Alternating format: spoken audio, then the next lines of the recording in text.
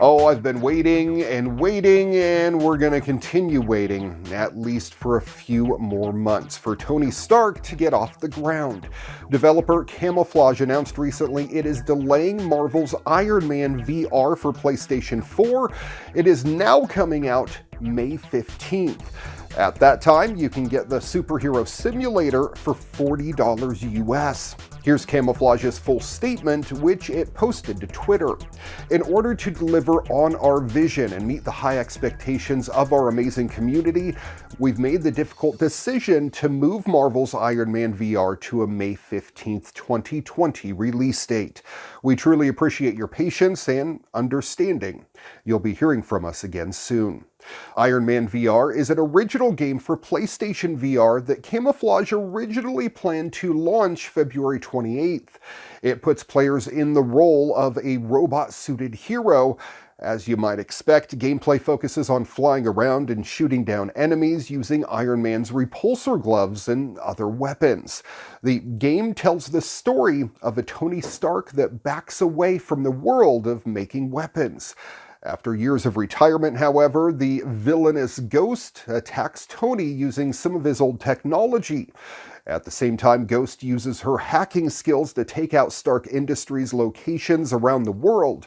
Players will have to uncover Ghost's motivation while also protecting people caught in the crossfire.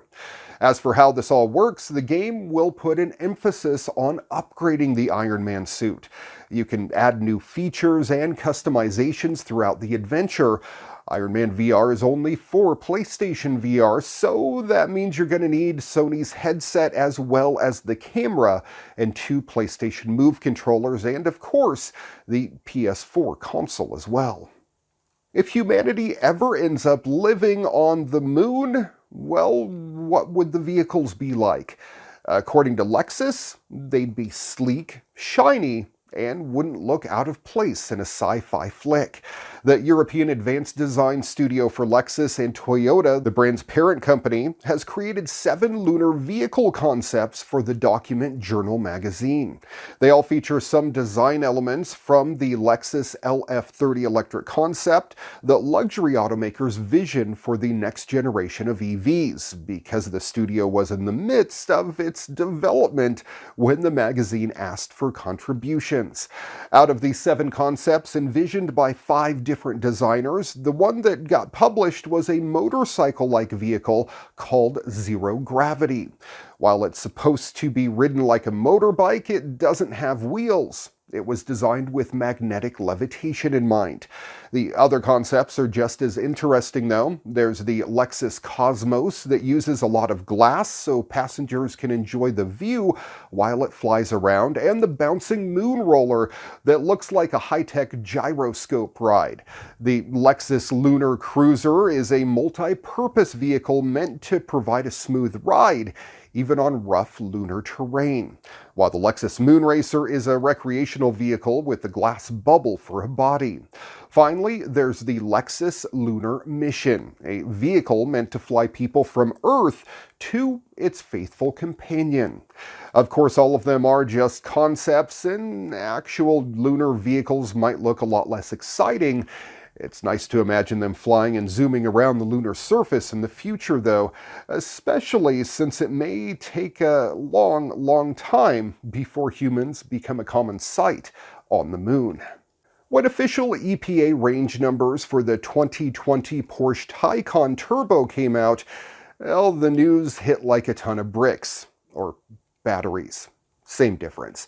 That's all Porsche has. Really? 201 miles? Yep, that's what $153,000 is going to buy you. Compared to the Tesla Model S, that number is shockingly off base. However, the Taycan is a proper sports car that'll hold up on track, unlike the Model S, which is slanted towards street driving. There's also an argument to be made in defending the range figure itself, as folks rarely drive more than 201 miles a day. And if you have over $150,000 to spend on a Taycan, you surely have enough spare cash to get yourself a very nice gas engine car that'll take you on those longer trips. That news the other week was just about the regular Taycan Turbo, though. Now EPA ratings are available for the Taycan Turbo S. Just as one might expect, the faster of the two Taycan Turbos is also less efficient. It gets a rating of just 192 miles on a full charge. That's 9 miles fewer than the Turbo. The last thing anybody wanted to see was less range, but that's what happens when you add even more performance. The Turbo S is quicker, has more horsepower and torque, comes standard with larger wheels, and also adds an assortment of performance handling equipment. All this combined can be attributed to the lower range number. Now, the Turbo S is also slightly less efficient than the regular Turbo, coming in at 68 miles per gallon E. That makes it the new leader in the clubhouse for the least efficient electric car on sale today, besting the Taycan Turbo's 69 miles per gallon E figure. Now, having the least efficient electric car out there isn't an enviable position to be in, but we're not surprised that it's a Porsche. For comparison's sake, the Tesla Model S performance is rated at 97 miles per gallon E, significantly more efficient than the Taycan Turbo S. It also boasts 134 miles more in total rated range, coming in at 326 miles. Picking between the two will force you to determine your priorities in an EV. And it will also assume an empty check, as the Turbo S is selling for $187,610 at launch. And finally, happening in this week's What the? Another site that could be right out of a Benny Hill episode. A bank robber received a lot of attention recently following a clumsy escape from his heist in Louisiana. The local sheriff's office shared surveillance footage of the criminal getting away. Yes, he got away after he allegedly robbed a credit union in Shreveport, but not before tripping and tripping and tripping again. The man was shown falling 3 separate times before he reached his getaway car and took off. Some locals who watched the footage were in disbelief that the alleged robber got away. One said, "He's lucky because all you got to do is fall once. At least that's the way it is in the movies." The suspect has not been identified.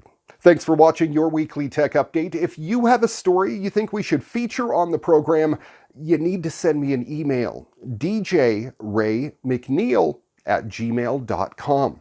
Find us on Facebook at Your Weekly Tech Update, and check out the podcast, audio and video versions available on iTunes, Google, Spotify, Audio Burst, and elsewhere on the interwebs. Till next time, I'm Ray McNeil. Good night, world.